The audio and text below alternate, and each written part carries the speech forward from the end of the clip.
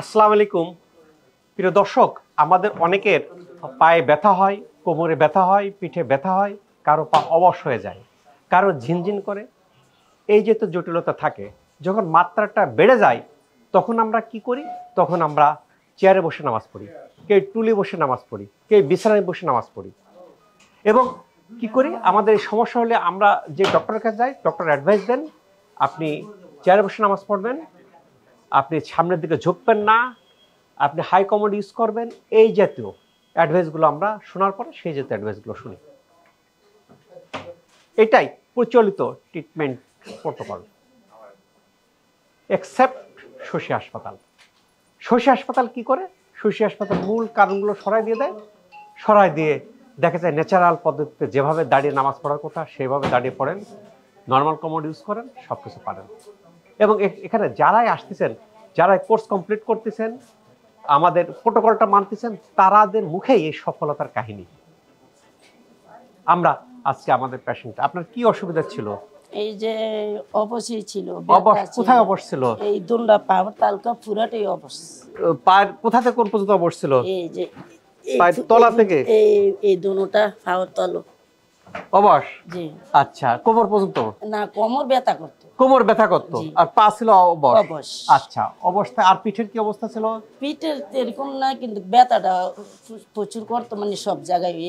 এই অবশ হওয়ার পরের থেকে এই অবশ, এই ব্যথা কতদিন যাবত ছিল? 3 বছর। 3 বছর। নামাজ কালাম পড়তেন কিভাবে? মানে বছর কানের কইতেছে যে দাঁড়ায় বসে পড়তেছে। বসে পড়তেছেন? আগে পড়তে পারতাম, আগে পড়তে পারে, তারপরে এই 1 বছর যাবত পড়তে পারিনি। বেশি 1 বছর যাবত কিভাবে নামাজ পড়েন? এই চেকারও বসে দাঁড়ায়, আবার চেহারও বসে নামাজ পড়ছে। চেয়ারে বসে নামাজ পড়ছেন? আচ্ছা, 1 বছর যাবত চেয়ারে বসে নামাজ পড়ছেন। আচ্ছা, শশী হাসপাতালে কয়দিন আসছেন? ট্রিটমেন্ট কয়দিন নিয়েছেন? ট্রিটমেন্ট 11 দিন নিয়েছি। যে 11 দিন ট্রিটমেন্ট নেওয়ার পরে কি অবস্থা এখন? মোটামুটি ভালো আছে আল্লাহ। এখন নামাজ কিভাবে পড়েন? আজকে কালকের থেকে দাঁড়ায় পড়তে পারতেছি। দাঁড়ায় পড়তে পারতেছেন, যেটা 1 বছর পারতেন না। আর পায়ের কি অবস্থা? এই মোটামুটি ভালো হয়েছে, মানে পুরোপুরি হয় নাই। পিঠের কি অবস্থা? ভালো আছে।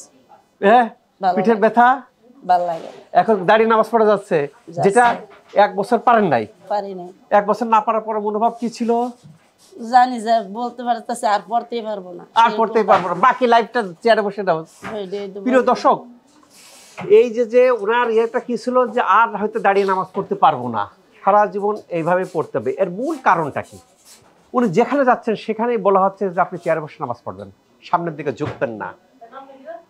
আপনি এই ভিডিও যারা দেখতেছেন তারা কিন্তু শুনে দেখবেন, সামনের দিকে ঝুঁকবেন না, দাঁড়িয়ে চেয়ারে বসে নামাজ পড়বেন, হাই কমোড ইউজ করবেন। এই জাতীয় জটিলতাগুলো কিন্তু বলা হয়। শশী কি? শশী টোটাল উল্টো। কেন শশী হাসপাতালে এই দুর্দান্ত রেজাল্টের কারণ কি?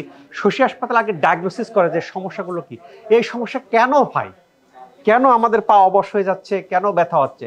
ব্যথার মূল কারণ থেকে মেরুদণ্ডের হাড় ক্ষয় হয়ে যাওয়া, হাড় ক্ষয় হয়ে জেলি বেরোয়। এই যে এখানে যে রঙিনটা অংশ দেখতে পাচ্ছেন, সেটা বর্ধিত জেলি বেরিয়েছে বা ডিস্ক বেরিয়েছে। বেরিয়ে কি করে? রগের উপর চাপ দেয়। এই রগের উপর চাপ দেওয়ার কারণে রগ যেদিকে যায় সেই দিকে চাপ কিভাবে দিচ্ছে তার উপর ডিপেন্ড করে যে অবশ হবে। কারো অবশ হচ্ছে, কারো ব্যথা হচ্ছে, কারো ঝিনঝিন করতেছে, কারো হাঁটতে পারতেছে না। মূল সমস্যাই জেলি, হাড় ক্ষয় হয়ে যাওয়া। শশী হাসপাতাল এইটাকে ঠিক করলে সব ভালো হয়ে যায়। কাজে ইনি 11 দিনেই দেখেন যে দাঁড়িয়ে নামাজ পড়া শুরু করছেন, যেটা 1 বছর যাবত চেয়ারে বসে নামাজ পড়েন। আমাদের অনেকেই দেখবেন যে চেয়ারে বসে নামাজ পড়ে, তার হয়তো 11 দিনে রেজাল্ট আসবে না, তার হয়তো একটু টাইম লাগবে, কারো আরো আগেই ভালো হয়ে যাচ্ছে। আজকেও সিঙ্গাপুর থেকে আমার কাছে রোগী আসছেন যে স্যার আমি সিঙ্গাপুরে চিকিৎসা নিচ্ছে, ভালো হয় নাই। আমি বললাম আমার কোর্স কমপ্লিট করেন, ভালো হয়ে যান। স্যার আমার তো টাইম নাই। ভাই, আমরা তো ন্যাচারাল পদ্ধতিতে ট্রিটমেন্ট, আমাদের এই যে ট্রিটমেন্টে কোনো ব্যথার ওষুধ দেওয়া হয়েছে? কোনো ব্যথার ওষুধ না, স্টেরয়েড না, ন্যাচারাল পদ্ধতিতে করতে টাইম লাগবে। এই টাইমটা রুগী টু রুগী ডিফার করে। কাজে দেখা যাবে কিন্তু যখন আপনি কোর্সটা কমপ্লিট করবেন, কারো আমি যে টাইম তার থেকেও বেশি লাগতে পারে, যার হেলদি লাইফস্টাইল ফলো করে না তার বেশি লাগতে পারে। তারপরে এই যে উনি ভালো হয়ে যাচ্ছেন, কতদিন ভালো থাকবেন? সারা জীবন ভালো থাকবেন ইনশাল্লাহ, যদি আমাদের গাইডলাইন ফলো করেন। যদি দেখা যায় যে আমরা যেটা বলবো সেটা না শুনে আবার হতে পারে। কিছু রুগী কি স্যার ওষুধ দেয় না, স্যার বলে ভিটামিন ডি খাও, এইটা খাও, ওর দরকার নাই, তাহলে দেখা যায় কি যে তার আবার হতে পারে। যে আমাদের অ্যাডভাইসগুলো শোনে তার সারা জীবন ভালো থাকবেন, সারা জীবন ব্যথামুক্ত থাকবেন। তাহলে আপনার তো মনে করেন কি যে 1 বছর আপনি ইসি বসে নামাজ পড়ছেন, চেয়ারে বসে, চেয়ারে বসে। তখন তো মনোভাব ছিল যে বাকি লাইফটা চেয়ারে বসেই কেটে যাবে। জি জি তাহলে সেখান থেকে যে আল্লাহ তাআলা মুক্ত করলো, এখন চলে যাওয়ার সময় যে আমরা যেভাবে অ্যাডভাইস দেবো সেভাবে কি শোনা যাবে? শোনা যাবে।